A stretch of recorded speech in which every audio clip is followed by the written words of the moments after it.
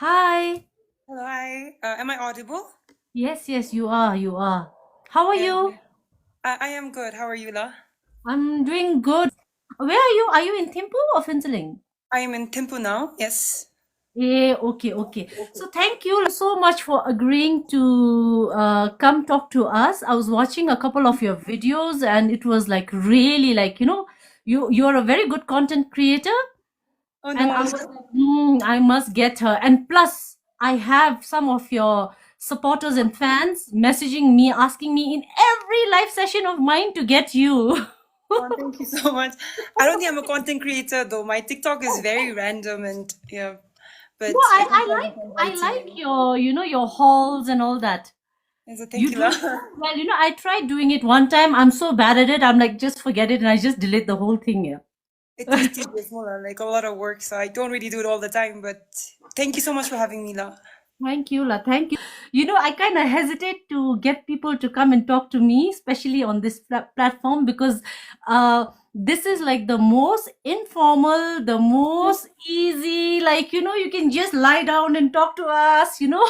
So please don't hesitate. Just be yourself. And, that's why I kind of feel like a little awkward. Like, people might be like, why should we go on her talk show? Yeah, so for me also, whenever I go live on TikTok, I'm just like ranting, and it's just like for this small group of people. So this feels a bit awkward for me, but Oh I'll no, try no, to no, be no. as real as Don't be. possible. And that's one of the reasons I put off the comments, because when the comments are off, we don't really know who's watching, who's not watching, who's commenting. So I just feel like, okay, it's just the two of us talking, say. Yes. Thank you, thank you. So can I please ask you to give a little introduction about yourself? So I am Regita. I'm 25. I think by profession, I'm a marketing strategist. I work as a consultant in the field of marketing and comms for businesses primarily in Australia and CSOs. But my passion lies in advocacy, so I'm also an advocate. I work with the marginalized KPs, key population here in the country, and with CSOs. And regarding this content creation, that's something that's just for fun. I did modeling when I was young, and I do a little bit of just like multimedia thing just here and there, but I think primarily I go as an advocate. Lah. My God, that's a lot of titles in one person. No? I'm like, oh my God. Um, Wow, wow. Okay, okay, impressive. And then your childhood, your story. Okay, let's put away all your your career aside. Let's get personal. um, I think because I think your talk show is around mental health, I would definitely like to tap on that. I think growing up for me, at the age of 13, I was diagnosed with depression. But I think back then it was very like taboo, and the term depression was something I didn't know of. So I remember not being treated well by, I think, the practitioners, the doctors, whatever. But then insecure and had a lot of, I think, mental health issues. But I remember when I was 13 with my depression, I remember modeling being something new to the country, and I remember Achal Hari, I'm sure you know him. Yeah, He yeah. was part of like Bhutan Street Fashion, and he had these Yeah. posters of like girls in Meme Lakhang wearing recycled clothes, and the caption was like "ugly is beautiful." So to an adolescent like me, I found that really like eye-opening and like very interesting. So I actually joined Project Bhutan, and Achumeke was also part of it. Was the Oh, very first batch. Yeah. So I think modeling at that time was something fun, but also allowed me to be someone else aside from that insecure young girl that I was. And yeah, that was my childhood, me studying, but I think wanting to explore more and doing more in the field of modeling. But I think for me, modeling was never about like fame and popularity. It was just about trying to gain that confidence. yeah. And yeah, that was the childhood that I had. I think I don't know. Yeah, It's yeah, just, yeah. Okay, yeah. but okay, so you said you suffered depression at a very young age of 13, right? Have you ever Yes. tried to get to the root of it? So yeah, so when I was 13, I was diagnosed with depression. I think it was because of my parents splitting and like just the effect of, I think, like your parents splitting and divorce, especially in our community back then when divorce is such a taboo thing again in itself, and there's not much that you know about. And as a child, you blame yourself. But I think a few years ago, like in 2020, I went back to therapy for the second time, and I was able to find the most wonderful therapist, and she really did teach me a lot about the way my mind, my mental health works, is connected with my biological body. So I realized that my diagnosis is a clinical depression, and it's not always about like the adversities in my life, but rather also about the way my body is functioning too. Like the most wonderful therapist who taught me how to trace back my childhood, and therapy really helped me. I joined again for 2 years, and I had the most wonderful therapist, and now I have better coping mechanisms. So I think something else I think a lot of people don't know is that being highly sensitive is a diagnosis that 1 in 5 people are. So I am also highly sensitive, and that's something I didn't know growing up. I thought I was just a very weak emotional person that would get very much affected by the news, by movies, by people saying the smallest of things. But I think getting in therapy, I learned that being highly sensitive is a diagnosis, something that, you if you have it, and 1 in 5 people have it, and that it is normal. It's just that you navigate life differently. And I think that's something that was very important for me to know growing up. Yeah. I'll leave it there. Yeah. Okay. I feel this is going to be a very, very interesting conversation. So you said like the therapist that you were talking about, was it in Bhutan or was it somewhere outside? She's not Bhutanese, so it was remote. But yeah, she was not Bhutanese, but she was working in Bhutan. Oh, okay. How are you now? I am doing better. I'm doing Do you really still get like bouts of, attacks every once in a while? Yes, I have social anxiety, so right now I'm like freaking out actually. You know what? I can totally sense it. I can totally feel your energy. It's very contagious. You know that even I'm like getting like, oh yeah. What should I do to make her feel comfortable? No, I'm so sorry. It's just No. I'm exactly that. I'm exactly that. Don't oh, worry. it's good Yeah, to I know. have I have social anxiety. I'm a very highly sensitive person. Well, I've never really been to the hospital as such to be, diagnosed with depression, but I think I've gone through my fair share of, anxiety and depression and all that. So, I'm looking at myself and I'm looking at you. This is my energy. That's me. But I'm doing good, Lash. I am like mental health wise, I am doing really good. I think I know how to navigate it way better now. I have my mechanisms, my resources available, and yeah, I'm more in tune with my body and my mental health now. Yeah. So, Mo, I have a couple of questions, Mo. When you, can you tell us about the time when you were not in your best space, Mo? And what did you do to help yourself besides talking to the therapist? What were some of your coping mechanisms on like yourself, the work that you did for yourself? Uh, so I think for me, the worst stage of my mental health was when my face was paralyzed, actually, and yeah, so a lot. But then I think I was forced to take a break first and foremost. Growing up, I was a perfectionist, and I wanted like an overachiever, be it in terms of academics or just co-curricular activities, whatever it was. I just wanted to do everything, and I felt like I was not doing enough. And even before I graduated, I had multiple jobs, and I kept on working, and I felt like it was never enough, to the point where my face was paralyzed, and I was forced to like take bed rest for months.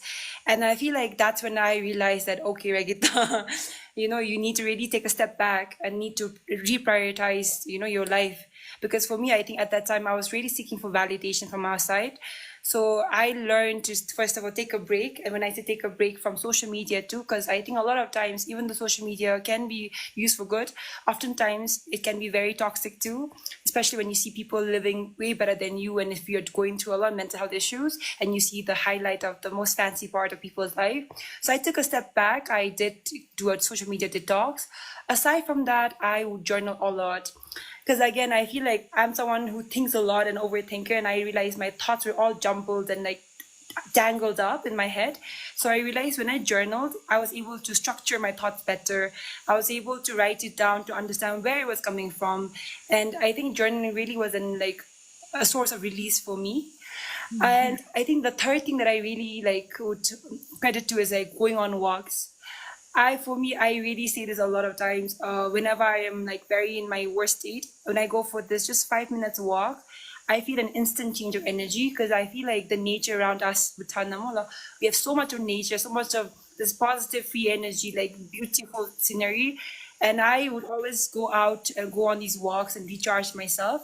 And I would talk to the trees, to the river. Oh my God. I God. but I think a logical reason behind it. I feel like they have so much abundance of energy, where especially if you look at the water, the way it continuously flows, so it feels like there's energy that I can take from them if I don't have of my own. So to the trees, I would talk and like release my stress, and I felt like the trees were always so like the breeze and like the leaves moving felt like they were validating me and reassuring me. And Yeah. yeah, that's what I did also. Wow. Yeah. Um, Also yoga. I would say when I say yoga, I don't mean those very like fancy Yeah. yoga, just a bit of stretch. I realized that made a big difference in the way I felt. When I was just like stuck in my room, I felt very bad about myself, but a bit of stretching helped me a lot too. So I feel like those are small things that I did that had a really big impact on the way my mental health was able to get better over time. Yeah. Yeah. Yeah. My God. You know, how are you feeling now? Are you a little bit more comfortable? I am. Yeah. This is exactly what I do. Every time I get a anxiety attack, that's exactly what I do. I just like walk barefoot, like outside, like, and then I go to my tree right in front of my house. There's one tree. I go there, I talk to the tree, I hug the tree. And I mean, people watching me must be thinking this woman's gone mad, but the way, like, I feel like so much more better after. Mm. It's amazing. Nature really has some very like amazing power, huh? Yes, I To calm agree. us down. Yeah. Yeah. Okay. So, what like advice would you give to people who are currently maybe suffering? Because just recently as this morning or yesterday, I got a message from one young girl saying that she has severe anxiety and she's asking me to refer to someone like a therapist in Bhutan, but I am like not too aware of that. So then she was asking me what do I do, and I gave her the exact same advice that I do. I go out, I take deep long breaths and barefoot and all that. But what advice would you give to someone who's like going through all this, since you've already experienced it? I think first of all is acceptance that you need help or that you're not doing good. Oftentimes, I think we're very arrogant or uh, ignorant. We think accepting it is a sign of weakness, and so we don't want to accept it, and we constantly fight ourselves, and we're like, oh no. So I feel like the first step is acceptance, accepting that you might need help, that you might not be doing good, because I feel like that's how you know where the problem lies. I think second is like Ajim Labdazun Memo, like the small things you can do, like small things, but if you need medical help, luckily now we do have the PEMA Center, which is solely dedicated to mental health. There's a toll-free number. They have an entire website. And the best part is you don't have to go to the hospital now to get help. You can call them and you can be like, can I get a counselor? And you can have an appointment with a counselor online as well. Oh, So I okay, I feel can do that. like on like mental health, we have had a great advancement in terms of the services, but a lot of people don't know about it, remember? And that's why I say now, like, if you want to just get on this one call, and again, it's not one size fits all. You might not get the best therapist on the very first go, but don't stop there. I think apart from that, again, because we live in a very like social media driven world, I Yeah. do think that a lot of the times because we're too much on our phone, and if you're going through a lot and if you see people again like in their happiest state, that is not always a good thing. So detoxing is also really good. For me, I had to do a social media detox for 2 months, and that was something I had never even thought I would do, but when I did it, I found myself finding more time for myself, rather than me being consumed in other people's lives. And I feel like that's something, especially for the young generation, they see everyone online and they are like constantly comparing themselves, and that's not always good. So if you're going through a lot of mental health issues, it is good to like set boundaries for your social media habits as well. And last but not the least, I definitely think talking to people, having a community of your own. And I do understand that it's a privilege to have friends or family members who can understand. So if you don't have that, I feel for you, but I feel like the world is so big now that you can always find a new community, a new family. So to reach out, to not keep it within yourself. Journaling the space, how they reach out, talk to a friend, talk to a family member, or talk to a stranger, like whatever it may be. That kind of release also really helps you not be suffocated in your own thoughts. So I think these are the few things that I would advise. But again, Pema Center, I would like to emphasize, is the new body that solely takes care of mental health services, and they Yeah. have really good counselors now coming on board. Oh, okay, okay. Thank you for this. I didn't know that. I didn't know they had this online Yes. service. And I keep forgetting to mention the PEMA Center, you know. I don't know. Thank you. I must mention that this in every episode of mine, yeah. Yes. Thank you, thank you. Yeah, and you were mentioning like, reach out, no, to the viewers, like if there's anybody who's like struggling and all that, reach out. And if you feel there is no one to reach out to, you can just drop me a message and drop me, I will just give you free advices, you know. And I not even advice, I'm not going to give any advices, I'm just going to give you my lending ear and I'll just listen to you, no judgment. You can just drop in any message any time of the day lah. Oh, So that's yeah, cool. thank you so much. So do you have like siblings and all that? I do have an elder sister and a younger brother. Yes, I'm the middle child. Oh, okay, okay. So I think, is that why you were going through all this? Because I've noticed in Bhutan a lot of middle child go through. I'm a middle child. My husband's a middle child. Oh no. Maybe I don't know. Yeah. Middle child syllable. We have that middle child syndrome, no, where we feel like left out and oh, mom doesn't love me as much as my, older and younger brother. Se Anuzum Chiduva. Oh, okay, okay. But I'm sure you get this a lot. You look a lot like Tashishambal, no? I get that a lot, which is so interesting to me. Is Yeah. You do actually. You do. Because I just spoke to her day before. I feel like I'm talking to her again.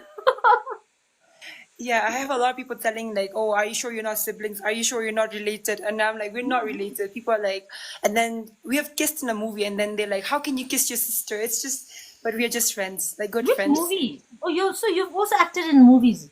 Just one movie, Tabahoka, just one. Oh wow. Yeah. Yeah, and how was the experience? Oh, very interesting. I think I was very privileged to have such a good company of people. Like the production team was amazing, but I think I'm not meant for the film industry. I think I developed a bigger sense of respect for the crew members. I didn't realize movie making was that difficult. I would, as an audience, I would judge him about these movies. But being part of it, I was like, oh my God, Yalama, the amount of hard work and labor that goes into making one movie. So yeah, but then I I cried a lot in the set as well. Oh really? Why was because that was your role or your scene or you couldn't take it? I couldn't take it, love, because I think I didn't know. We were in the forest for 10 days, and so my social anxiety doesn't help, and my zonka is not that good, so the dialogues and the acting, and I was like, oh my God, I cannot act, and I kept on crying. They Oh were really nice. I had the most amazing crew members and like the cast. They were really nice. yeah. Yeah, I know. I mean, I have seen like movies being made, and I'm like, my God, hats off to these artists, you know? It's Exactly. just like the amount of work, patience required is just on the next level, something that I cannot even imagine doing here. Yeah. Yeah, so now currently, like where exactly are you? Do you have like a one job as such that you're So doing?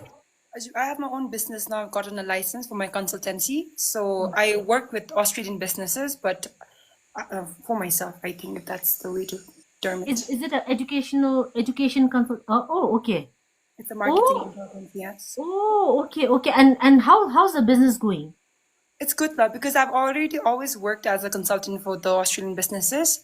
So it's just that now I've gotten a license Yeah. for a business. So before I was an individual, now I have a company. So, but it's going good. Oh, I mean, it's flexible. I work remotely, so there's that flexibility, which I really appreciate. And it gives me the time to work with the community members for the advocacy part. yeah, So I love that work balance that I have now. yeah. Okay, so now that you've mentioned your advocacy and all that. Can you tell us, you are a member and ally of the LGBT community, no? I am a member. Oh, I'm okay. correct. So can you tell us something about your work and how far have like you all evolved in that space? Yes, Ajib. So for me, my background, I've specialized in gender studies. So in my degree, I had done gender as a minor as well. But I'm also a queer person. I'm bisexual. So for me, like coming to Bhutan, I did not really know that there was a community here initially. But my university was really empowering, and I had like wonderful set of professors and friends. But here in Bhutan, I didn't know if I had that. Came back, I realized there was this small growing community, and luckily, I got the opportunity to meet them. This was during 2021, the decriminalization of the homosexuality clause, Bill Yeah. 213 and 214.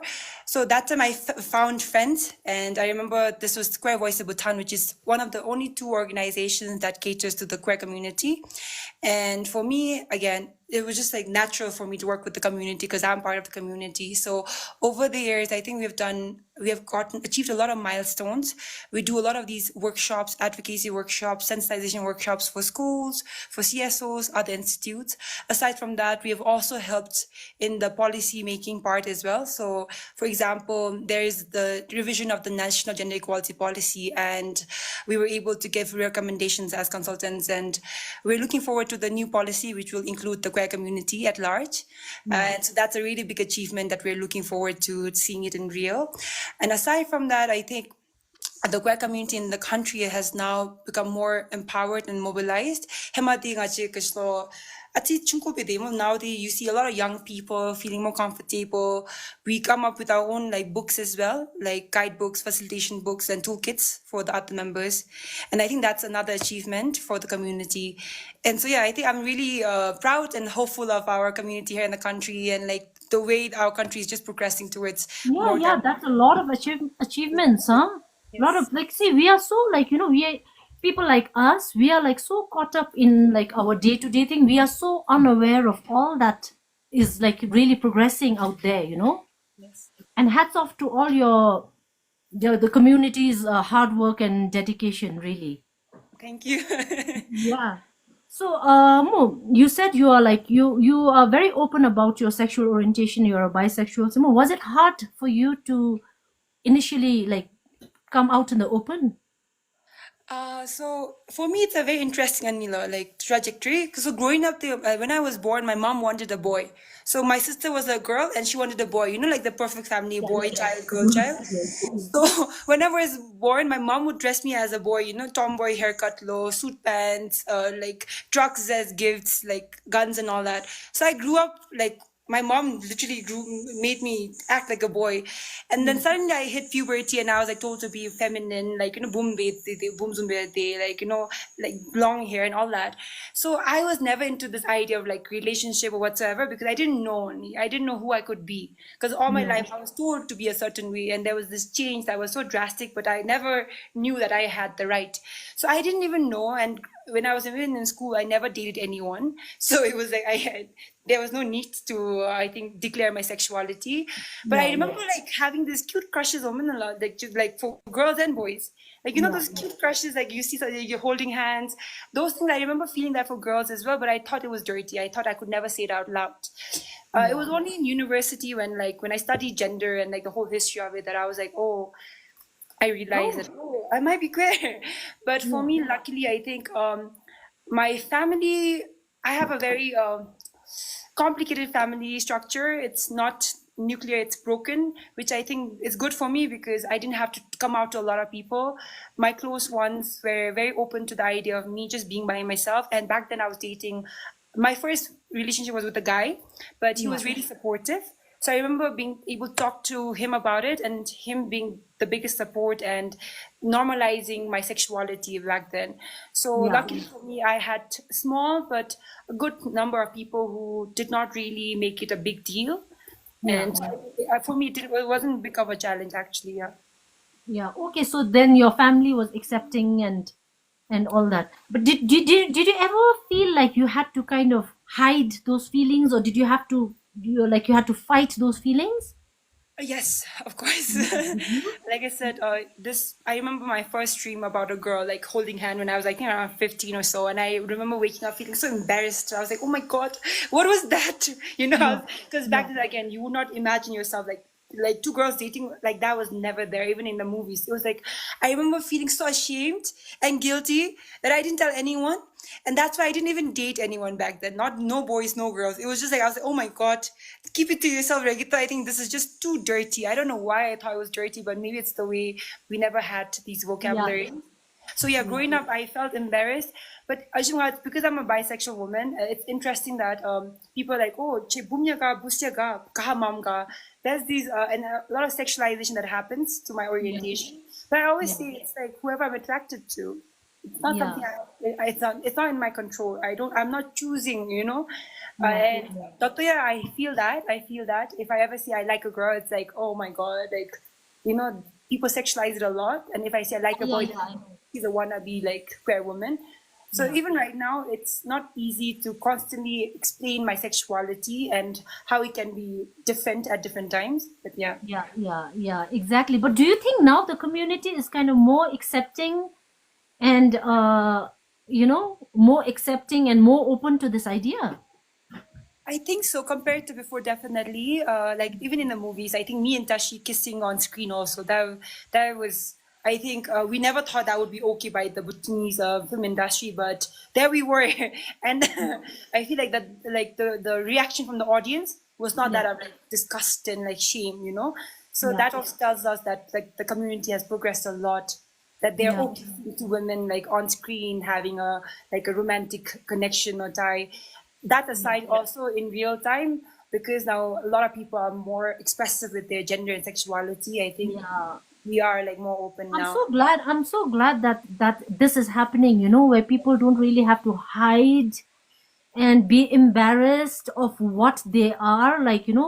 Yes. I'm so glad that everybody is now coming out in the open and living the way, however, the way they want to live. Yes. More the community is also accepting, and we are all like open to this. More, Yes. and it's all thanks to the awareness and all that. More, Yes. yeah. Gachilo, what are your hopes more for the LGBT community? Like how do you think each individual us can contribute? So in the long term, I just hope that it's normal, that you don't have to come out. You can be whoever you want to be. I always believe in this, like live and let live.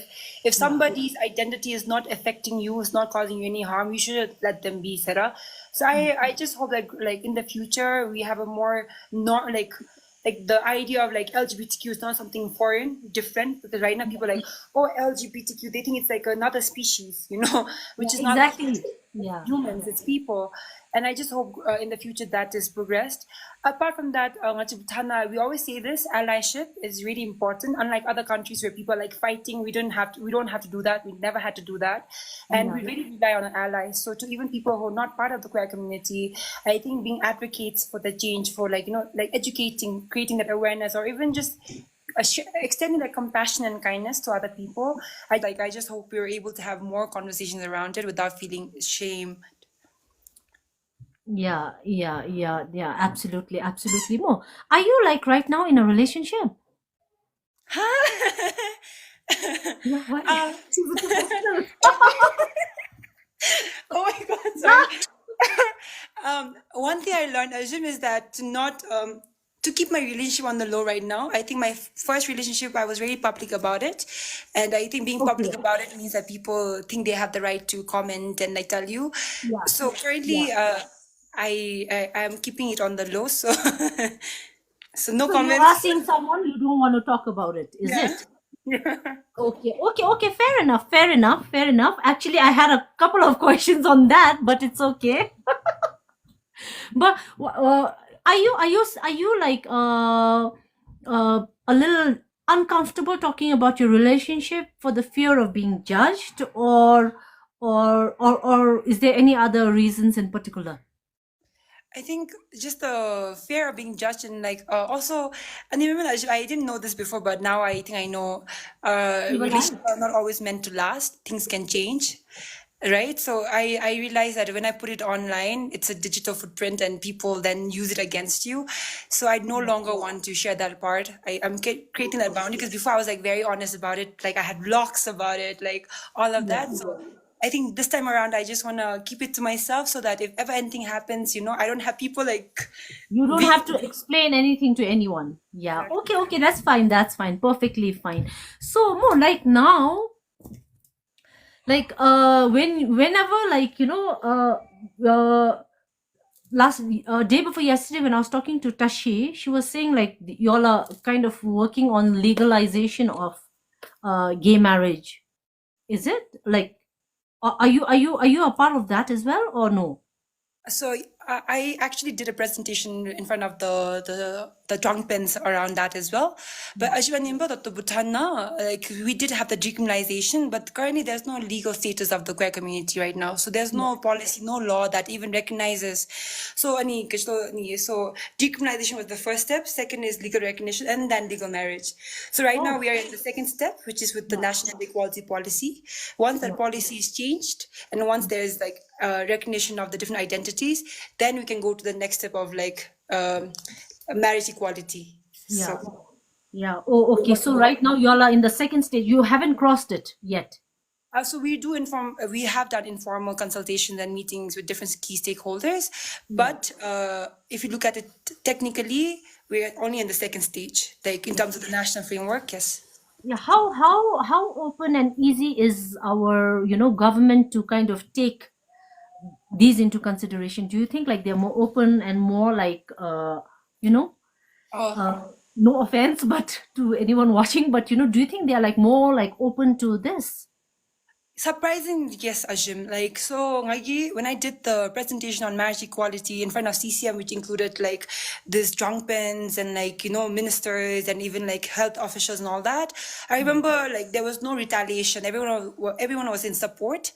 Yeah. That was a really good feedback, first of all. But this was with the previous government, again, like last year in Bala. And apart from that, I remember last year we were also part of this policy advocacy meeting that I was facilitating, and which again included different law enforcers and lawmakers, and again very receptive. The only problem is right now, right now, Tikachi, when we have these meetings and consultation meetings, it's very receptive. It's just that now you have to do the work. Yeah. We've done the talking. Now we have to actually work on it. But Yeah. yeah, Bhutan, very receptive. Also, example, last year, I'll give you an example. Lempu Dichin was like the biggest ally of our community and who would be there in every event. So I think having strong allies like that, even in the parliament, really helps. So we're looking forward to doing more of those meetings with more, I think, parliamentarians this year as well. But they've been really open to even like having those conversations with us. So yeah. Yeah, yeah, yeah. The last time I was talking to, sorry, this is completely out of this thing, but I was talking to Babila Dupa. He's also a community member. I was talking to him, and I was told that within the community there are a lot of people who the situation within the community is really bad, especially when it comes to mental health. A lot of suicide cases as well. You know, Yeah. how do you think that can change? Like, do you think a little bit of more awareness on mental health within the community would help?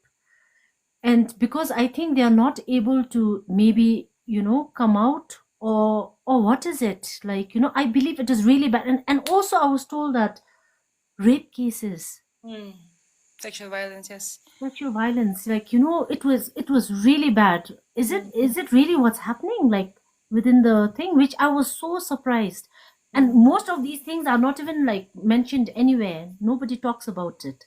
Oh, no, I think even within the community, there's a hierarchy. We have to acknowledge, like me and Tashi, we are privileged. We are cis passing, so there's that privilege that comes with it. Socioeconomic status wise, it's a different day. So within the community, also, there's a lot of members who come from low socioeconomic status who could not get like a full education support. When they were in schools, they were bullied, harassed, so they had to leave school. So currently, they don't have jobs, so or they don't have good paying jobs. So that's the economic stress also added added to that. On top of that, isolation from family and all of that. So all of that has caused a lot of members to have a lot of mental health issues. Yeah. Aside from that, in sexual violence, I think again, I think this is for the entire country, no, Arjun.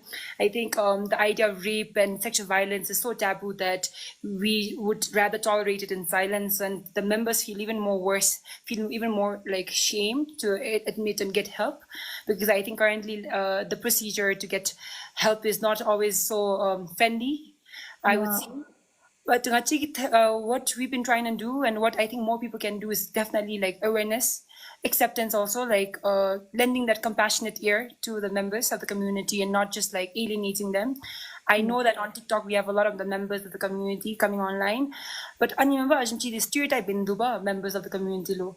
There's a lot of sexualization that happens. Oh, you're queer, you're very sexual. No. Yes, so sexualization that happens, I feel like we have to do away with that. So we have to do away with the stigma, the stereotyping that happens. Apart from that, I feel like the Pema Center now we have more counselors, but they also need to be more sensitized. Currently, not many of them know about the queer community or how to even talk to the members. So I feel like more sensitization on the part of the professionals that the community members can go and reach out for. Yeah. So there's a lot of things. We've been talking about this with a lot of stakeholders, UNFPA, law, NCWC, and all that. But day-to-day life, and TikTok, when they come online, I think like people are very harsh with the comments. I know. The comments are so bad. Exactly. Like we are hoping the community will be more open and more like accepting, but then when you go through the comments, it's just so disgusting. Like I'm so ashamed, Like, Exactly. And I yeah. say this because and they're like, oh no, the people coming online, they deserve it. And I'm like, when you write those comments, that just projects your insecurity, the hatred you have within you. Like, if you have nothing good to say, don't say anything bad as well. Just shut up. That's Yeah. the thing. If you don't have anything good to say, just shut up, Sorry. No, but really, like people with their fake profiles, the comments that they send, and it's just so heartbreaking because the person who's on live, we can actually see the sadness in their eyes, and it's just so sad. Like that's why I was asking you about how do you think like the community is accepting, because on TikTok definitely like I can see a lot of haters out there, and I just wish like our community, Bhutan being such a small country, like if we don't accept and love everyone, we are just 700,000 of us. That's like half the population of the quarter the population of Delhi. That's our whole country.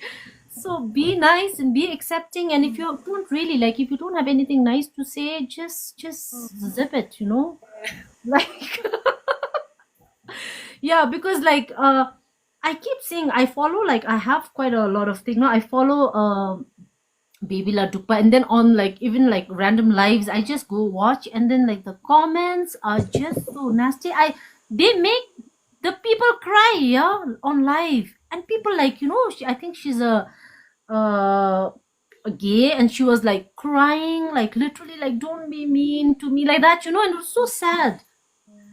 So yeah, so it looks like Bhutan as a community is not really that like aware of its knowing like it. So that's why I had Tashi and you like side by side to kind of give the community a little bit of awareness nga chira na TikTok na lusin no dila. So yeah, thank you so much. And I just wanted to ask you, is there anything that you always wished somebody asked you during an interview that you would like to talk about? That's the freedom I give. Oh no. Wow. I'm stuck. No, you can think about it. Take your time and think about it. No, if you think something that you say, something that you might have, something that you might want to share, which might help somebody. Maybe, yes, I think this culture of like body shaming and judging somebody that we do, I think if I can talk about that, Arjun. Yeah, yes, please, yes. You know how like when you meet someone instead of saying hi, how are you, you're like, hi, oh my god, you put on weight, oh my god, you've lost weight, oh my god, you've tanned, oh my god, chikcha, don't know people then. That I have always found this culture so fascinating that the minute you meet somebody, instead of asking how they are doing, we are so quick to just like comment on the physical appearance, the changes. Yes. Sorry, And I yeah. feel like that is Yeah. so wrong. I always say this, and I think not something that is original. I learned it somewhere that if what you're saying cannot be changed within 3 seconds, don't say it, Sarah. So if you're commenting saying, "Oh, you put on weight," you telling that to me does not change anything. It's not that I can't see myself in the mirror every day. Like, if I have pimples, it's not that I can't see myself. For people to point that out, I've always found that like a very, I don't know. I think if we could change that, that Ajmi, because the platform is about mental health, no, and I feel like there's a lot less. There's a That's very one of the reasons, actually, Yeah, that's one of the reasons that our mental health is really affected. Yeah, exactly yeah. So very true. few people ask you how you're doing, you know, Yeah, yeah. and I feel like there's a again, Achiki, when we have these conversations with anyone and everyone, we forget to realize that everyone has their own set of struggles. We are like, it's different boats. We have different issues, but we all have it nonetheless. So when Yeah. you're talking to somebody, even on TikTok live, when people are commenting, they don't realize, like you said, the person on screen, it's a human with feelings. Yeah. But like, they're just projecting their hate, and it's just like these harsh comments that I don't know what is the intention of that. But I feel like if we could change that, because for someone like me, one of the biggest triggers for me in 2020 when I got my anxiety attack was somebody doing that to me, like a very close person of mine, saying the worst things about me, and that really affected me. So, but luckily for me, I was able to find a good therapist, and I was able to have a good support. But this is not always the case. So words carry so much of weight, and people don't realize that. And I feel like if we can just continue to just be a bit more mindful in when we speak to somebody else. Yeah, yeah, yeah. And then a lot of people also have this thing of covering their nastiness by saying like, I'm just being brutally honest. I'm an honest person. I'm just going to be tell you on your face. But then there's really a very thin line between being honest and nasty. Right. So yeah, yeah, yeah, yeah. I've also experienced that quite a bit. But and then like you were mentioning, like you're always seeking like validation, and before, when you were younger, and people pleasing and all that. I used to be like that till I learned to draw firm boundaries and really like speak up for myself, and not take all the shit that's been like kind of dumped on you. So yeah, yeah, it's very important to draw your boundaries and really not let people affect you so much. Does that now these days, like, do negative comments and all that affect you a bit, or are you able to kind of navigate through your emotions and kind of get past it? I think I am better now, but Yeah, not the best. yeah, There's still a lot of work. I yeah, think now I've learned to also ignore him, which now would be like, Kashpina, did I do something wrong? I would really want to know why did they write this? Maybe I did something wrong. How do I convince them? I was like a people pleaser in that sense. But now I realize, no, like, it's okay. Like sometimes you can't change people, and it's okay. Just like you live your life. Just so now I'm like, okay, if people have something really bad to say, I'm like, okay, if that's how you think, I'm sorry, I can't change it. But yeah. I now know not to pay too much of attention to it compared to before. Yeah, yeah, but you seem like a very nice person, huh? You uh, seem like a really nice person, and one thing I realized, no, when you're too nice, people really do step all over you. yes. So yeah, yeah, you do, and and you don't want to be stepped on. No, I'm not telling you to be mean, but then I hope you are also kind of drawing your firm boundaries and saying no when it's needed. That's why I moved to a very far place first. To run away from that. Actually, yes, that was me physically drawing boundaries and like Yeah, isolating myself yeah, because I wouldn't say I'm nice, but I'm very sensitive. So I learned that I cannot please everyone. So sometimes it's best to just walk away. walk away. Yeah, yeah. And for me, I really find my house my safe space. I've like created this home for myself. So I like being in my home and just like, away from people at times. So, but I Yeah, am still learning, Aja. I think it's not a good skill to have, though. It's not good like to be overly sensitive like that. So now I'm trying. yeah, yeah. Yeah, very interesting, very interesting. But I've always seen you as very articulate, very intelligent. You really have your way with your words, and you can very expressive, and you really do it. You really do have it. It was such a fun pleasure besides the hang and all that, the network issues. It was really fun talking to you. Thank you so much.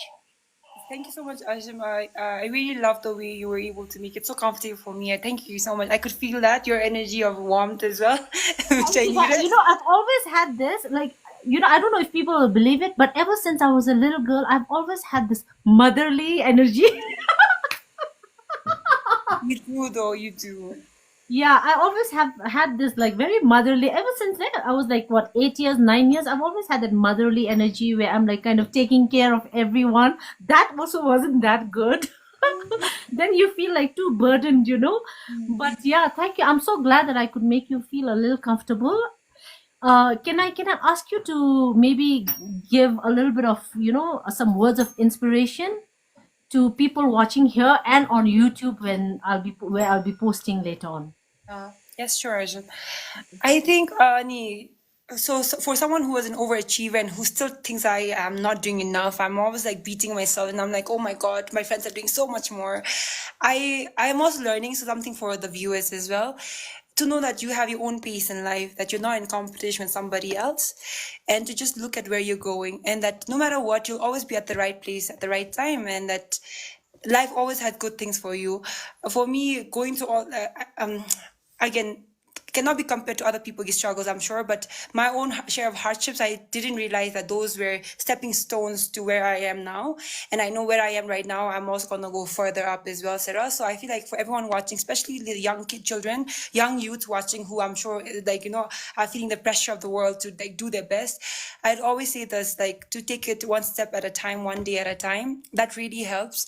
Also, I think it should always be about growth. Success doesn't have to be about money and like wealth and status. It's also about how you feel about yourself. Like, how comfortable are you every day with yourself, and how much more are you able to learn about yourself as well. So to not compare yourself and to know that you're always doing good, that you trying your best is enough, Sarah. Yeah, something I wish someone had told me when I was young. So to young Yeah, people, yeah, yeah. Wow, thank you, thank you. Yeah, I wish I had someone like you telling me that as well, that life isn't about reaching your goals, it's about enjoying the journey, yes. and one day at a time, one day. I've had issues with knowing my self-worth. I've always felt like I'm never good enough. I don't deserve, to the point I feel I don't deserve my husband. I don't deserve my kids. Just imagine how sad is that man with that mindset? So yeah, I've had issues like that as well. But yeah, one day at a time. One day at a time, always. Thank you. Thank you so much. I really enjoyed. Now let's hear from your